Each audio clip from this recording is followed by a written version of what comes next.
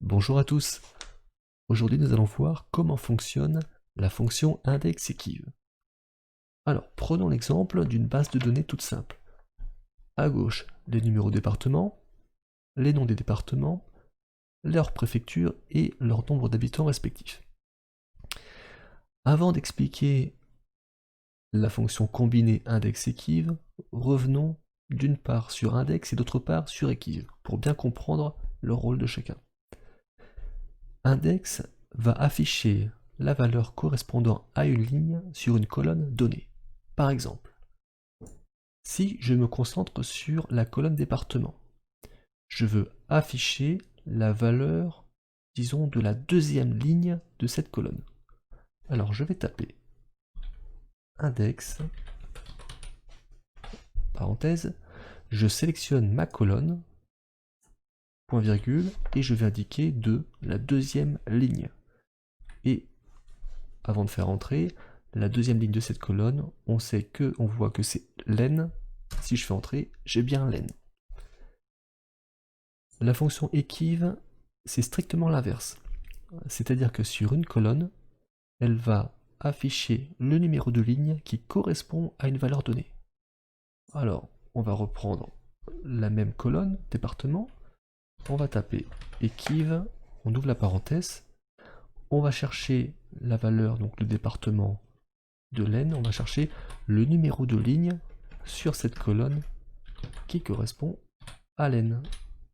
Donc deux points, et le tableau de recherche, donc c'est la colonne département, je ferme la parenthèse, et entrée, j'ai bien numéro 2. Maintenant, si je regarde la fonction index-equiv, je vais vouloir ici chercher par rapport, disons, à un nom de préfecture, connaître son nombre d'habitants, mais également son numéro de département. Alors je vais commencer par faire une petite liste déroulante sur les préfectures, donc données, validation de données, je choisis liste, et dans la source, je vais prendre toute la colonne préfecture, entrée. Voilà. Ici, j'ai les numéros des préfectures, les noms des préfectures.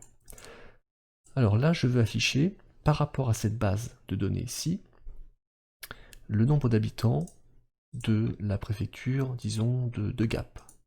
Eh bien, je vais utiliser index-equiv. Alors, index.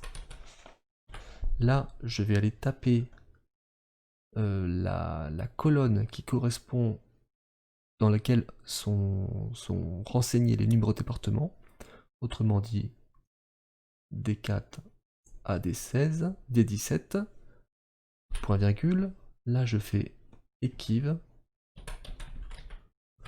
je vais renseigner la valeur cherchée, autrement dit C22, gap, deux points, où est-ce que je vais aller chercher, où est-ce que les préfectures sont renseignées, pas dans la colonne C, voilà, de C4 à C17, et je vais faire 0 pour avoir une correspondance exacte. Voilà, je ferme une fois la parenthèse et deux fois la parenthèse. Voilà. Donc là, j'ai bien Gap, 40 559 habitants. Est-ce que sur mon tableau, c'est pareil? C'est tout à fait pareil. Et si je change, eh bien, si je mets fois, j'ai 9452, ce qui est totalement correct sur mon tableau. Alors ça, je pourrais le faire avec la fonction recherche V. Parce que, vous voyez, la référence que j'ai choisie, ici, est bien à gauche de la valeur cherchée.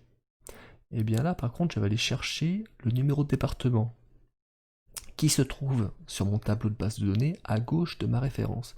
Et ça, je ne peux pas le faire avec la fonction recherche V.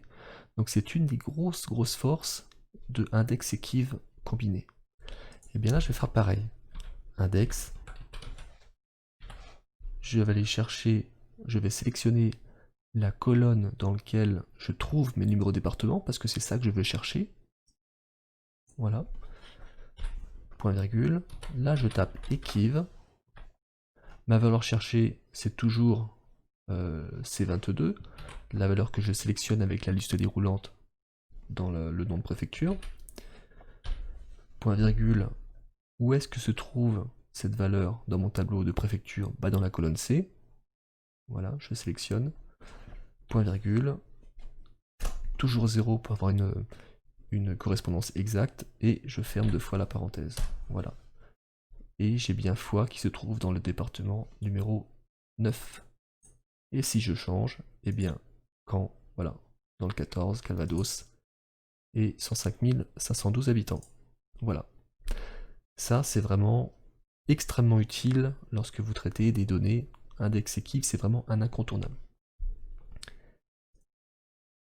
Et depuis peu, Excel a amélioré, a créé la fonction recherche X qui était longtemps attendue, mais qui n'est pas présent sur les anciennes versions. C'est uniquement sur les nouvelles Excel 365.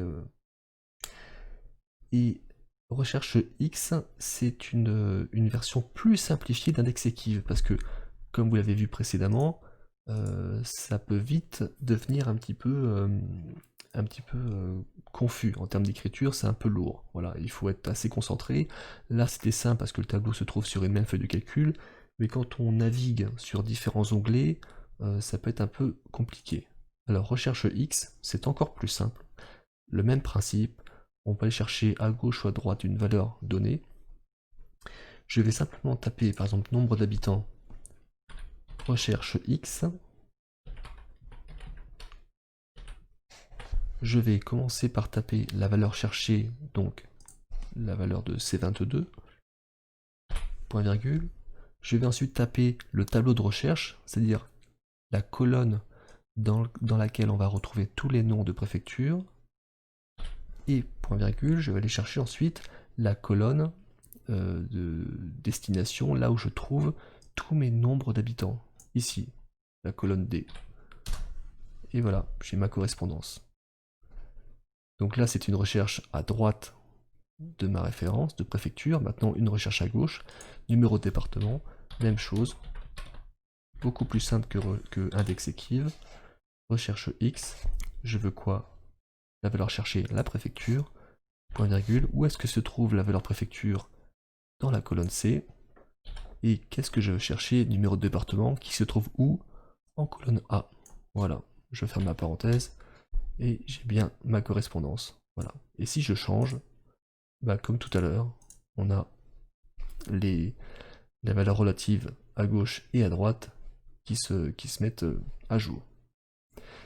Et avant de conclure, chose qui est vraie à la fois pour recherche V, IndexEquiv, mais également recherche X, chose que je n'ai pas dit au départ, c'est que la valeur de référence, c'est-à-dire la valeur que vous, à partir de laquelle vous allez chercher d'autres données, il faut que ce soit des valeurs uniques.